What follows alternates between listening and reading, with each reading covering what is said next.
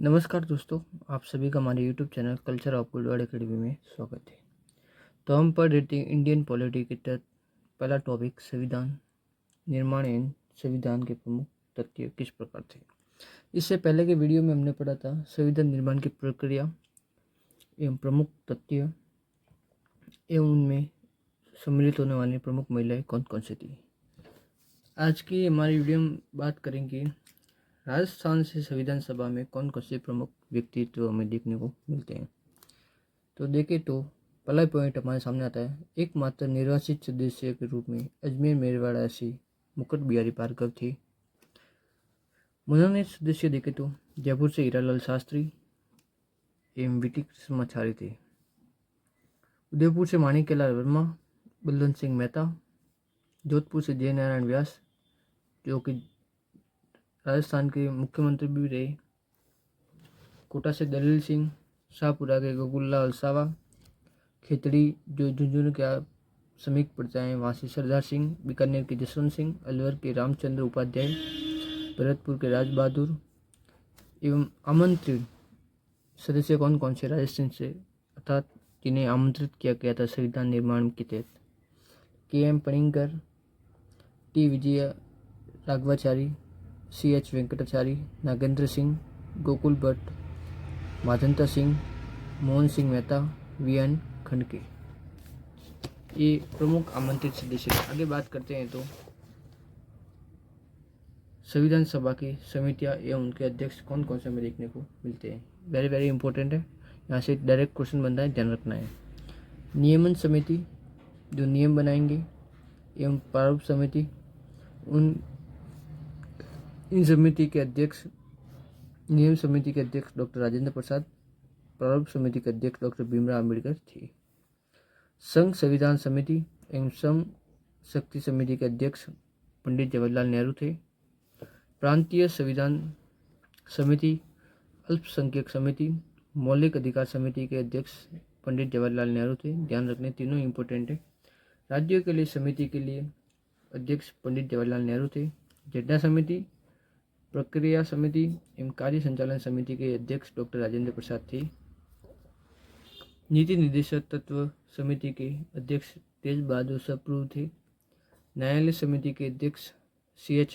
वरदाचार्य, मौलिक अधिकार उप समिति के अध्यक्ष द्रविड़ कपलानी थे। ध्यान रखना है, इम्पोर्टेंट है।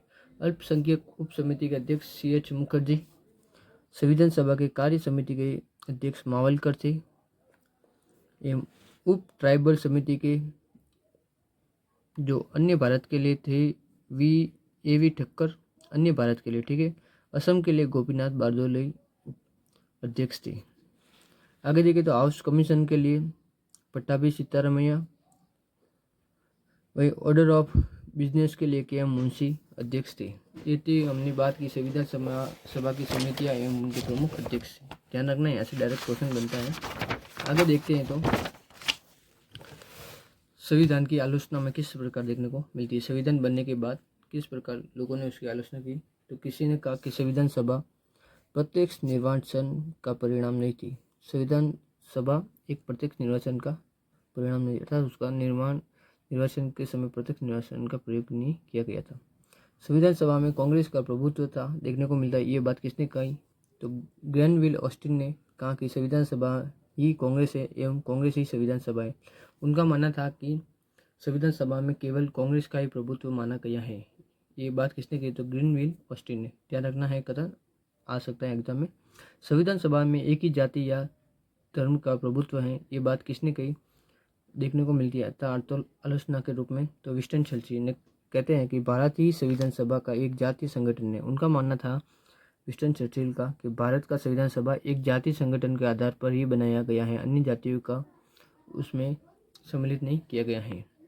आगे देखते हैं तो लॉर्ड साइमन ने कहा कि संविधान सभा केवल हिंदुओं का संगठन है। उन्होंने कहा कि ये केवल सिर्फ संविधान सभा हिंदुओं के लिए कोई ध्यान कर बनाई गई थी एवं उनके द्वारा जो निर्माण संविधान है वो हिंदुओं के लिए ही है।